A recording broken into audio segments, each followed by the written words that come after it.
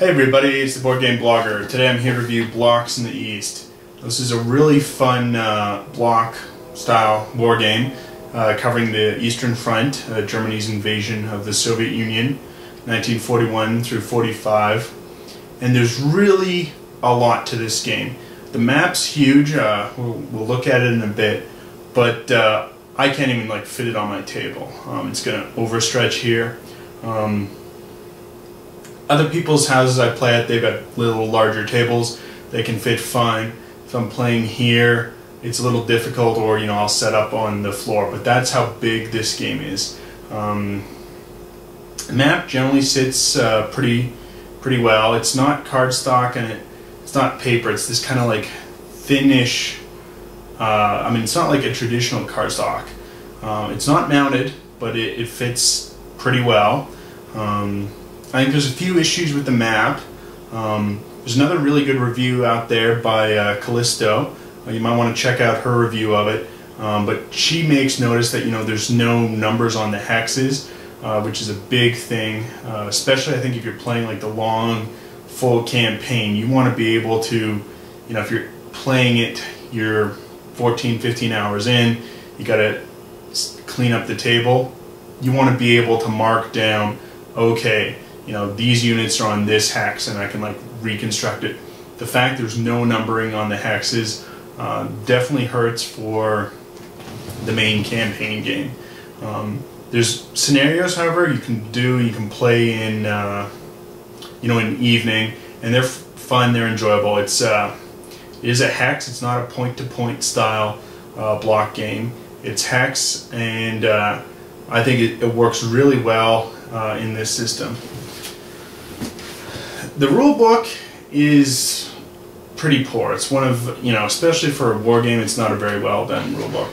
There's a index, is what they call it at the front, but it's really a table of contents. There's no index at the back where, I'm looking up specific, I want to look under R, or I want to look under Z for, zone of control, and then see where it's referenced. There's none of that here. There's just this table of contents. Rule book is, it's, things are explained. You can pierce through it. At the back are the various scenarios, and then at the very last page is sort of the setup. So setup for the scenarios and for the campaign game can vary each time. You've got certain groups, there's Army Group North, Army Group South, and they're going to set up in certain general regions. Now they're color-coded on the blocks to allow for easier setup, but if you just have all the blocks mixed up together, it's going to take forever. So what I've done is, put blocks together here. So here's the Western Military District for the Soviet Union. I've organized all their blocks into something, so it's quite easier to place. Here they've all got sort of a yellow dot on them, so you can quickly look and set it up if you're not going to do it. I think it was really good for the stickers to do it that way. Now the game, for stickering, you can do sort of pictures with infantry, tanks, artillery, or you can use the NATO symbols. So here's a sheet of the NATO symbol stickers that I just haven't used because I find it's a little more immersive to put on the pictures, but some people love the NATO symbols, and you got both options here. So I think that's a really neat added benefit to people. You can choose NATO symbols or the pictures. So the rules, they're pretty straightforward. I don't think some of them are play tested well, though. I've had to house rule a few things. I think the game generally is really good, and the rules are generally quite good, but certain things like the anti-aircraft, it was just decimating planes, because the rule says, you get to roll for each step of, infantry. So you've got, 4 ground units being attacked by a couple of planes. They're just going to obliterate the planes before they even had a chance to attack. And the anti-aircraft rule was just far too strong, I think, as it's written in this rule book, and I've had to house rule it. You know, this is an entry. It's the first game by this designer and VentoNuovo games, so I think you got to expect a few hiccups. My understanding is they've rewritten the rules, and they're available online. I haven't looked at them yet. I've done several plays here. I wanted to sort of review it out of the box. I think from now on I'm going to be using the new revised 3.0 rules. These are the 2.0. But you know, there were a few issues like that. Definitely anti-aircraft's far too powerful, I think. Just obliterating aircraft. But you know, generally there's really neat things. You know, supply is good. You know, it's within 3 spaces from a city. That city has to be connected to your major supply. I think how supply is marked in this game is not the best. They use these little sort of white cylinders to show it's out of supply. I think if they had some chits or something, it'd be a lot easier, because these cylinders can get knocked over, they can roll over the table. I think that's one of the few production issues. The actual counters, or the actual blocks rather, they're kind of small. Like, they're very small blocks. But even how small they are, I mean, you can still read them. They're not too small. But to put them on a hex, if you've got 4 in a hex, and 4 is the stacking limit, you've got to almost stack them on top of each other. So I don't know what they could have done. They could have made the map a little bit bigger, but it's already a big map. Or they could have made the blocks smaller. I don't think you want to go any smaller with these blocks. So that is one issue. You know, some people, they don't like stacking blocks on top of each other, and it's tough to get in and then pick them up when they're stacked. But if you have the max in a hex, it's a little too big. I think they almost needed to make this map even bigger. Or, you know, there's a lot of kind of useless information. Not useless information, it's key information, but it's taking up the map. So they don't have separate player aids, but the player aid is almost printed on the map. And we'll take a look at how that looks in a second. But, you know, I think they should have printed separate player aids, and then they could have made it, you know, use this space on the map to make each hex a little bit bigger. They also have sort of setup charts for the powers, and that's also printed on the map. You know, so they could have reclaimed a lot of map space and then use that to make each hex bigger. I think that's what they should have done. These setup charts, it's also printed on the map, but these are really helpful, because when you're setting up the game, different blocks are going to start at different step levels. You know, just how full of strength they are or not.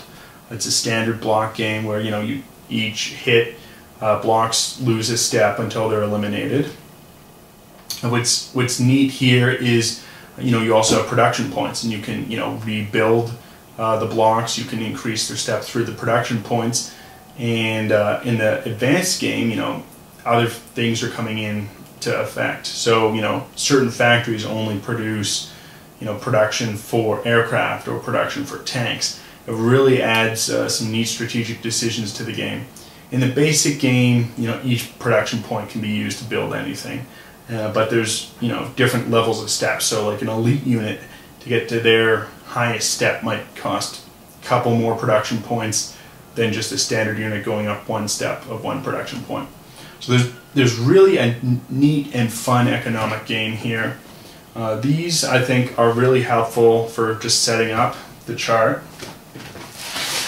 Game also comes with sort of an example of play, which is nice. I think it's always helpful when you've read the rules, but, you know, you want to see it in action. So it's a really good example of play here. So overall, I think this is a really fun game. It's an excellent block style game. Fantastic, I think, representation of Eastern Front. You've got unique Romanian, Hungarian, Finnish units, and, you know, they're limited to areas that they can go in. The Finns can't go too far south. It just would have been to a historical Mannerheim, you know, wouldn't have allowed it, and that's built into the game. I think there's a lot going on here. In some of the optional rules, you get the Lend-Lease Act into play. You've got partisans popping up.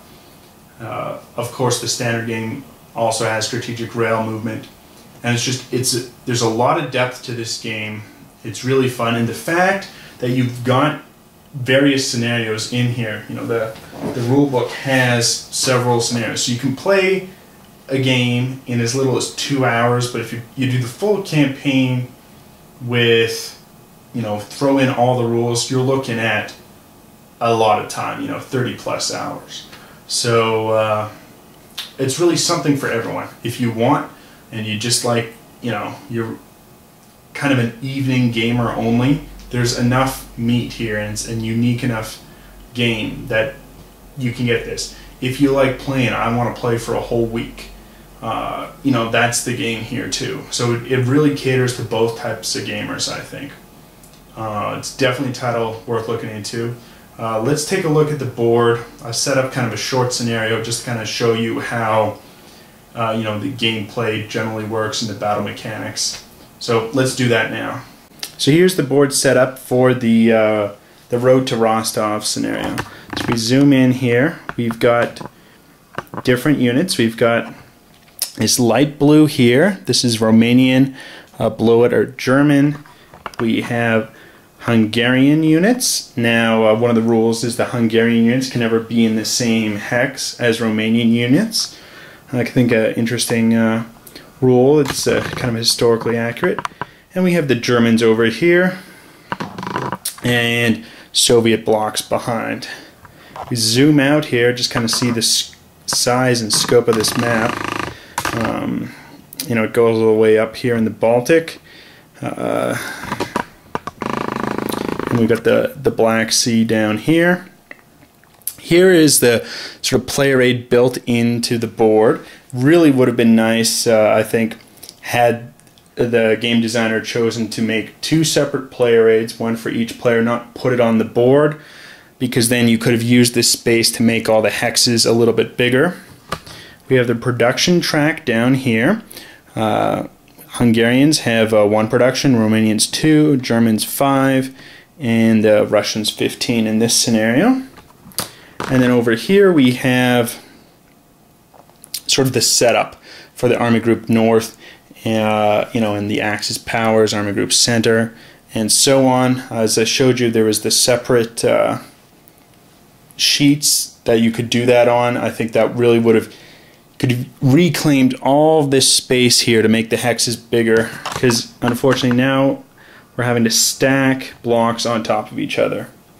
You know, I think these player aids are good. This is sort of the turn order tech level. It explains that.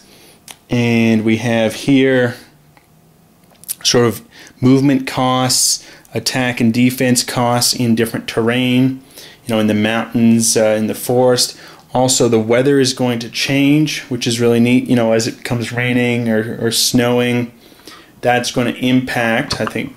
And so here we have the turn chart out here. So you can see at the beginning, you know, you've got clear weather. It can move on into rain, snow, and so forth. It goes all the way along here. And then down the back, as you can see, this is just a massive board. But you know, over there is the continued weather. So that is the board. I think we'll do kind of an initial turn here as the Germans, just to explain things. So on this very first turn, it says that both the Hungarian and then the Romanian units are frozen. They can't move on the first turn. So we really just start with the German player. Now, the first thing is we check supply, and we see if any units are out of supply. It's not going to happen here in the very beginning turn, but you have to trace to within 3 blocks from, say, a city. So here Lublin is connected. It's connected off board, and so this is in supply from off board into that city, and then you can trace 3 hexes from an in supply city.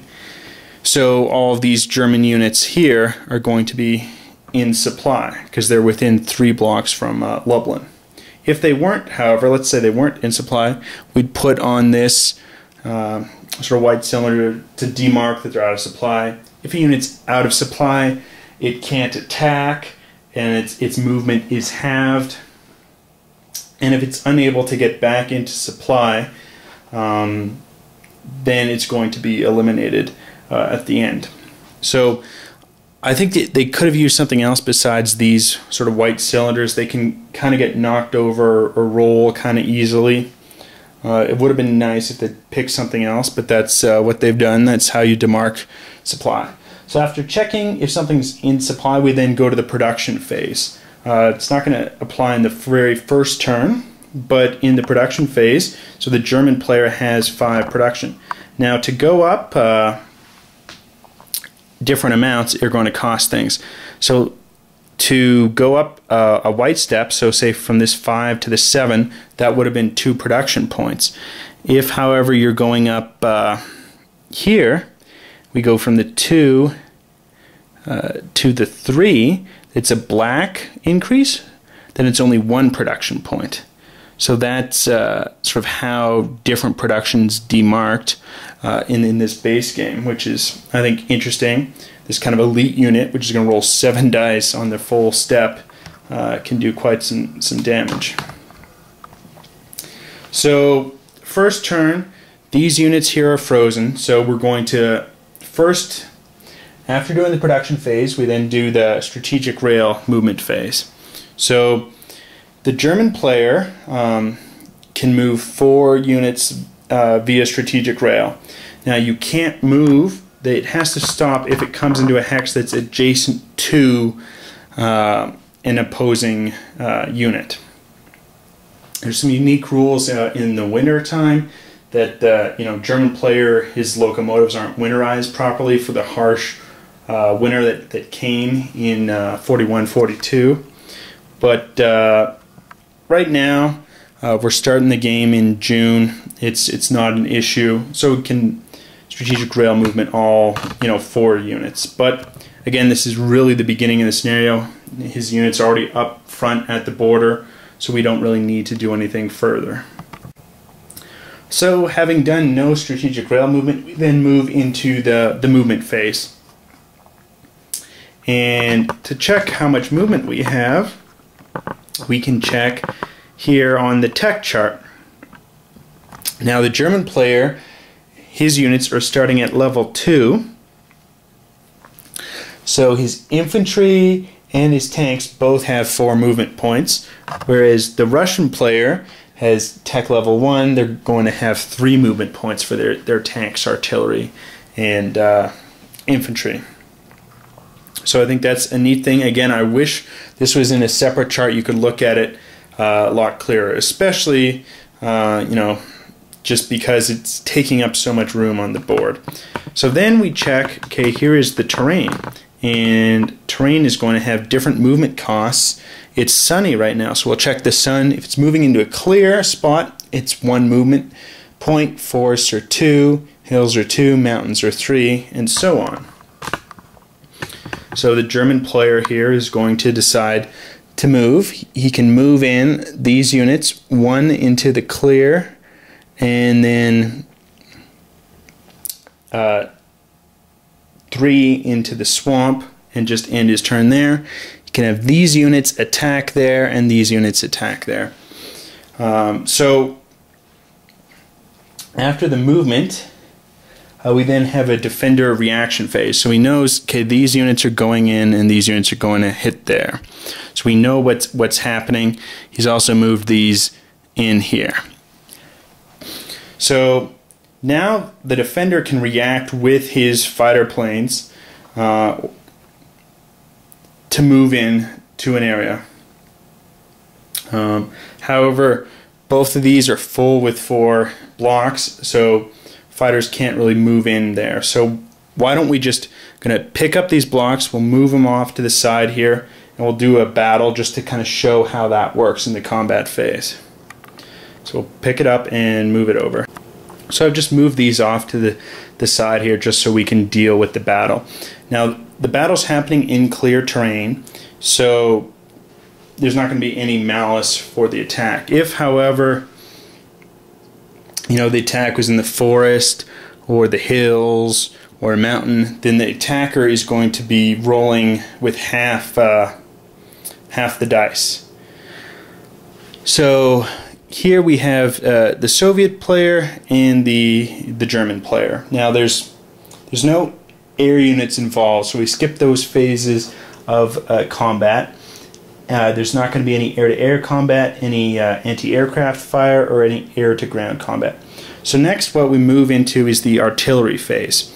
So in the artillery phase, it's going to be the attacker attacks first. Here the German player has 4 artillery, and the Soviet defender player has 2. So the German player is going to roll. He has 4 dice with his tech. As an attack with artillery, he's going to hit on 5 or 6s. So we roll the dice. We got 1 6 and 1 5. So the Soviet player will reduce. He chooses to go down 1 on his infantry, down 1 here.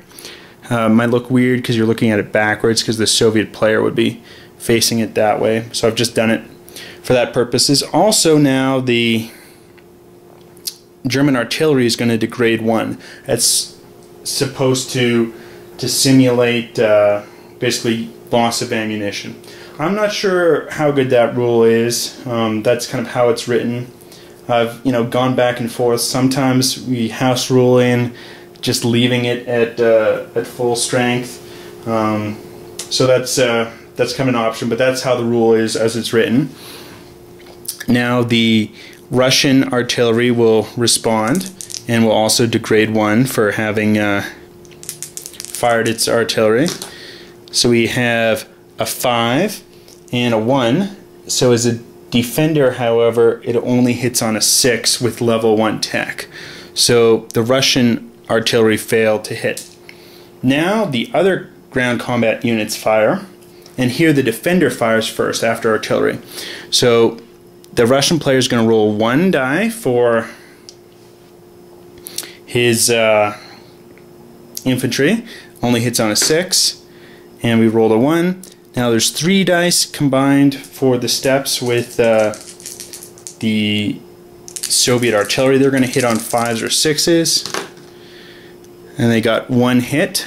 So the German player will degrade his tank here. Now the German player is going to roll for his tanks. 6 dice to hit on 5s or 6s.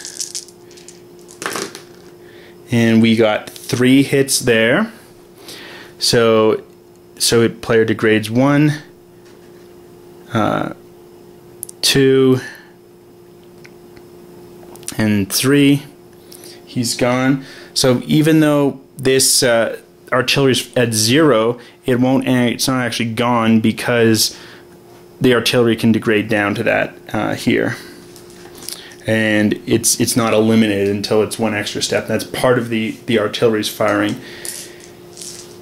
Now the German player still has 7 dice to roll for his infantry, which on attack, even with the level 2 tech, still only hits on a 6. So we'll roll that now. And we got 2 hits. It's going to eliminate the artillery and a tank. Now the Russian player can choose to retreat after we've done 1 full round of battle, or he could stay and fight. Here the smart thing here is to retreat, so he's going to, we'll move over here. He will retreat 1 block here, and then these will occupy the hex where the battle took place. Now we would then move on and then do the next battle. I'm not going to do it now just because you've seen how a battle works. After that is then going to be a blitz phase, where the artillery, the armor, I apologize, the armor or the tanks can move. They still have to have however movement points left. So here they both move for instance, the battle we've just done, they've moved one space here into the clear zone. So they can move and continue attack. The armor would have 3 movement points left. So they could move, you know, another space in here and start a battle right here if they wanted to. That would be a possibility. So after the blitz phase, where you can move and attack, the armor then get another armor exploitation phase, where if the armor get basically the full movement points again. So in a level 1 tech, they get 3 movement points. In a level 2, they get 4. They can then continue to move. They wouldn't be able to attack in this armor exploit phase, but you know, it lets you move and kind of surround or envelop your enemies. I think it's a really neat mechanism in the game. Finally, you would check supply. Any places that were out of supply at the beginning of the turn when you assign supply, if you haven't been able to relieve them, or they haven't been able to break out and, you know, move closer, then those units are going to be eliminated. The German player will go first, everything, and then the Soviet player after both have gone. So we'd have the German player, then the Soviet player, and then we move forward, and it's the next month. You know, if, say, something had changed, let's say Kiev had fallen to the Germans, we would change the production value here. And the Soviet would go up down 1, and the Germans would go up 1. The Romanian and the Hungarian ones just stay the same. The German player can choose to send some of his production to those countries, though, if he wants to. For instance, you know, strengthen the Romanian player. So that's how the game works, just generally. Haven't gone into, you know, some of these more unique units on how you know, paratroopers work, or some of the unique production points, but that's just kind of a quick overview of one of the smaller scenarios. Here in this scenario, the German player's goal is to take Kharkov, Rostov, and Sevastopol. If you can get all 3 of those by the time the scenario ends in December, he's won a major victory. If he gets 1, it's a draw. 2 is a minor victory, and if he gets none, then the Soviet player wins. So it's kind of a neat system there, variable system, in, you know, variable win conditions, and, you know, just how great your win is. So that's the game. I highly recommend it. There's really a lot to it, and it's good for both the casual evening war gamer who, you know, I can only put in 3-4 hours and that's it. You can play a scenario just like this. Or if you want the full campaign, you know, and you're willing to put in, you know, tens and tens of hours, you've got that here too. You know, with more complex tech, you know, the players can develop tech, and you've got Lend-Lease going on, you've got strategic bombing of Germany. Those can all come into the game. It's really something for everyone. I'd highly recommend this game. Till next time.